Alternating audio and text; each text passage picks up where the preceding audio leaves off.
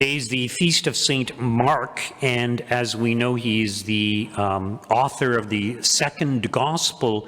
And scripture scholars today, they say that Mark was probably the first of the gospels written, even though it is listed as second when we look at the chronology in the New Testament. And the chronology makes sense because the first gospel written by Saint Matthew is really directed to the Jewish audience.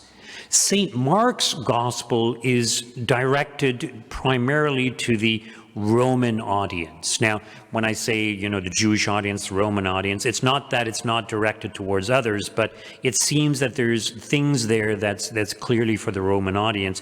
Whereas when it comes to the Gospel of St. Luke, it's being directed to the Gentile audience, so those beyond the Romans, so other nations, other countries. So if you recall, the Romans had dominion over Palestine at that time, so they were close to the Jewish people in regards to where they lived.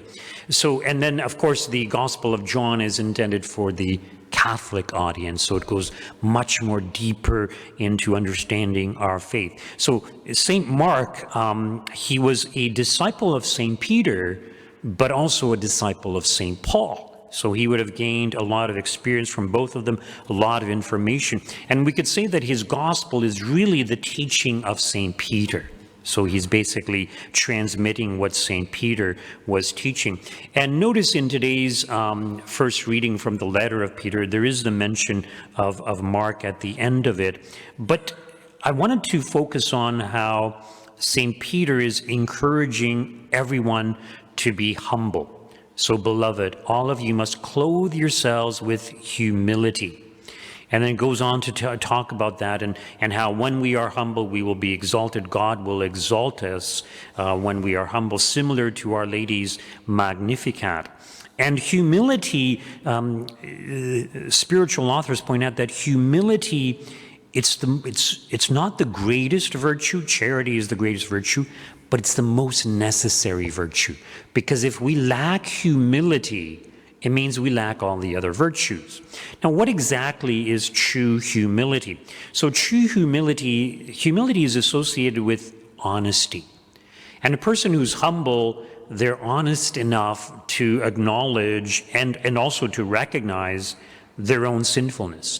The person who is proud is blinded to his own sinfulness. He focuses only on his good qualities and he compares himself to others. He looks down upon others. So he's blind to the reality of his own sinfulness. He doesn't acknowledge them even when it's pointed out to him. So he tends to deny his own sinfulness. So humility is the recognition of the truth, but also the recognition of our own sinfulness in particular.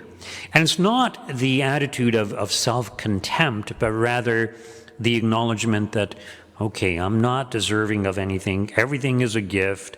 God's love for me is a tremendous gift. I don't deserve it. So it leads to greater gratitude and a thankfulness. So humility is extremely important. And we're all prone to pride, unfortunately, which means we are all, to some degree, lacking in humility. So humility is both the acknowledgement of our own sinfulness, of our own lowliness, the recognition of that truth, but humility also causes us to esteem others as being better than ourselves. In other words, a person who's humble tends to see the good in others. Yes, they'll recognize the bad in others, but they'll say, well, that person has faults, shortcomings, and maybe they're not as smart as I am, but I have faults, I have shortcomings, so I'm just like that person, maybe in different areas. So the person who's truly humble, they esteem others because they think, well, that person is probably not as sinful as I am. That person, even though they may have some obvious faults, well, maybe they're much better than I am. This is true humility. This is what we are called to. Now notice how he goes on to say, cast all your cares on God and discipline yourselves. Keep alert. So be disciplined, very important. And then he says, like a roaring lion, your adversary, the devil, prowls around looking for someone to devour. Resist him, steadfast in your faith, for you know that your brothers and sisters in all the world are undergoing the same kinds of sufferings. Very often when we suffer, we tend to think, why me? Only me? So many other people are so much better off than I am. But as it points out, there are other people who are suffering the very same things that we are suffering. And not only that, we can always relate our own personal sufferings to the sufferings of Christ as he undergoes his passion. Some aspect of his passion is always relatable to what we are going through. Rejection, humiliation, contempt from others, and so many things. But so the devil is looking for someone to devour. And what is the remedy to this? Well, St. Peter says, resist him. Steadfast in your faith. Steadfast in your faith. First of all, he says, be diligent, right? Be diligent and keep alert. In other words, be on guard, be disciplined, do the right things at the right time, but be steadfast in your faith. And this is, I wanted to focus on this. So what does it mean to be steadfast in your faith, to be a believer? Well, yes, but to be steadfast in your faith also means practicing your faith. Now, many of us, we come to daily Mass, and many Catholics, come to Sunday Mass also, but it's interesting that a lot of Catholics, they stop coming to Mass. In other words, they're not steadfast in their faith.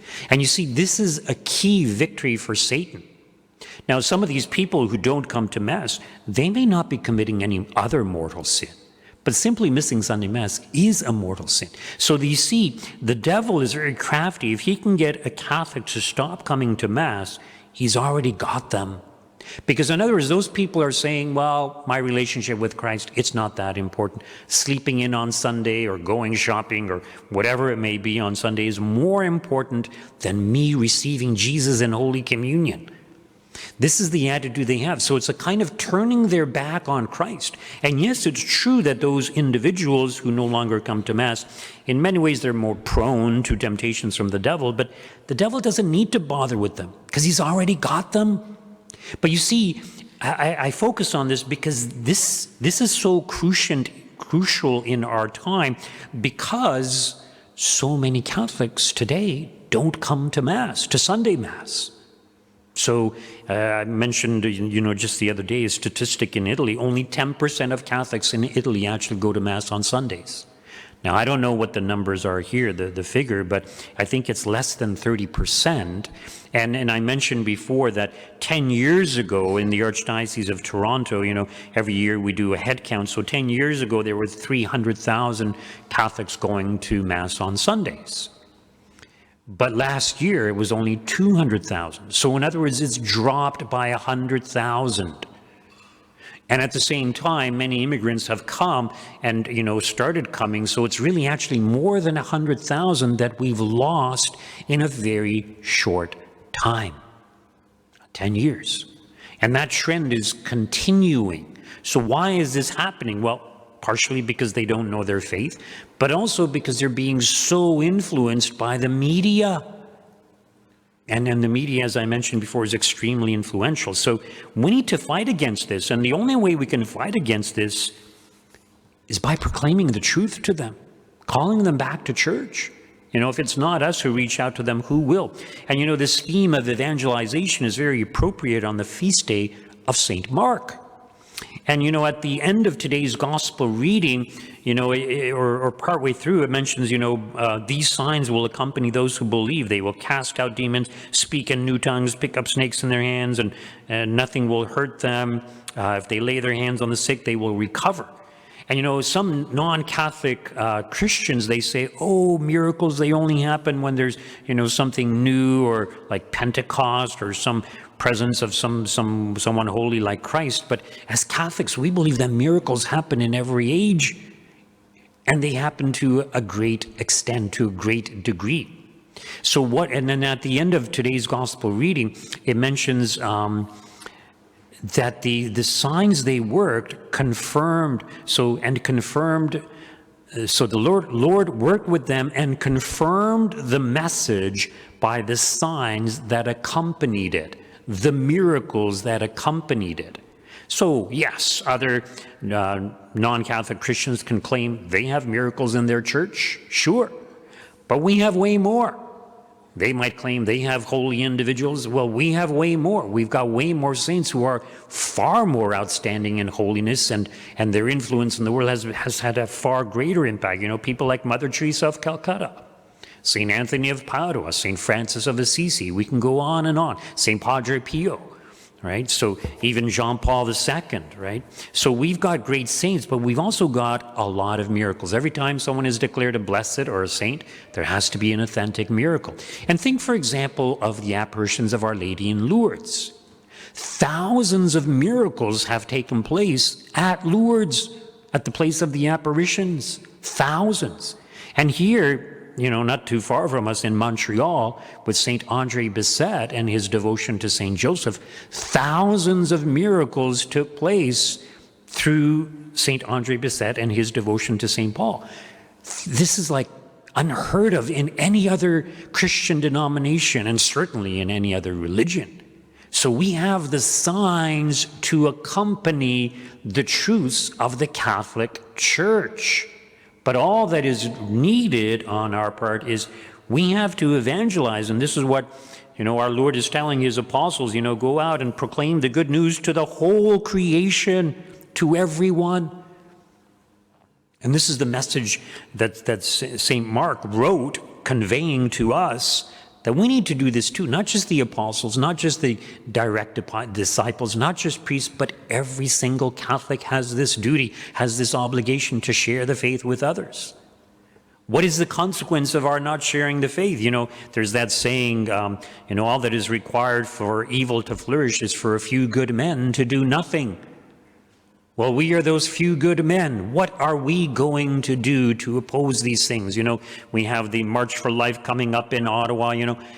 It would be ideal if every single parishioner joined us for this March for Life. You know, imagine if all the parishioners from every Catholic church in the entire country went to Ottawa for this. How many of us would there be? And not just Catholics, but imagine if we were united with all Christians in opposing abortion. Well, certainly it would come to an end. But the problem is we're not united, and we all tend to think, oh, somebody else will go. Somebody else will do it. I don't need to do it. That's wrong. We all have to play our part, and we need to look for those opportunities to proclaim the truth, because if we don't proclaim the truth, if we don't witness, if we don't evangelize, there may be no one else who will.